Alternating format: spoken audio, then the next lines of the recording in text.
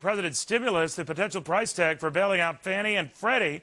So the Republican who says not if he gets his way, Republican Congressman Royce of California, is competing to be the next Financial Services Committee chairman. Has a very good shot at it. Congressman, good to have you. Congratulations to you and your victory. Neil, thank you.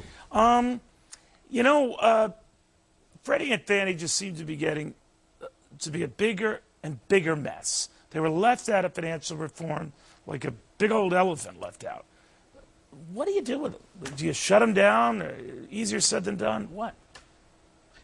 Well, I think it took a long time to get into this mess with a situation, as you know, where their portfolio was, what, $1.7 trillion, half of it mandated by the government to be in subprime loans, very risky subprime loans. So as this gets wound down, basically what they've done is to crowd out the private sector funding in housing finance.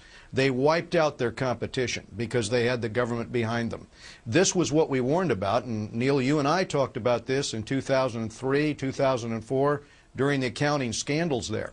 So now going forward, what we have to do is first of all, end the process of private sector profits and taxpayer losses with this kind of a scheme. And to do that, we're going to have to be on a glide path to slowly ratchet down Fannie and Freddie in the market and bring private sector capital back in. But we've got to be very careful how we do this, because we know government and Congress is going to try again with whatever scheme we set up to get in there and push for those zero down payment loans, push for risky activity if it helps affordable housing, and again, it will be the taxpayers that pick up the tab if we don't fix this. But do you believe Fannie or Freddie, or both, are too big to fail? In other words, that if they ran into some really deep doo-doo, that we would do what we did a couple of years ago with the banks and do everything we could to support them, just as we later on did with Fannie and Freddie themselves?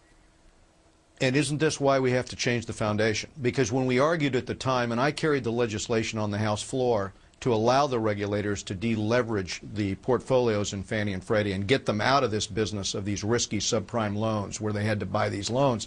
When I pushed that, you'll recall that the lobbyists for Fannie and Freddie, as well as Barney Frank and others, came out and said, no, this will hurt affordable housing. Let me tell you who the big winners were.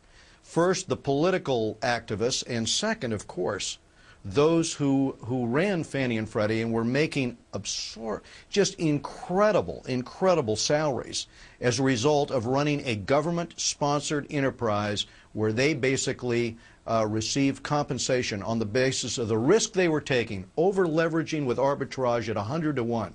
I think the reason we have to ultimately change this system is because if we do not, we will see the same factors back in play. We will see those who will be advantaged by taking risk on the taxpayers' backs, and they'll do it with the help of politicians who want to be able to say to their constituents, look what I'm doing to subsidize affordable housing or whatever. That's why the model has to be changed, and it's going to take time to do that. Anytime you put something on a glide path where you're going to ratchet down, it's got to be done in a way where you give certainty to the market, where people know what those rules are going to be, so that private sector capital knows when it comes back in. You just don't dump it on.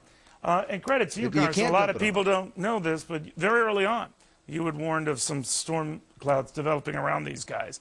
No one was listening to you then. Maybe they might now. Congressman, thank you very much. Neil, thank you. Well, they burned their AARP cars after the group supported health care.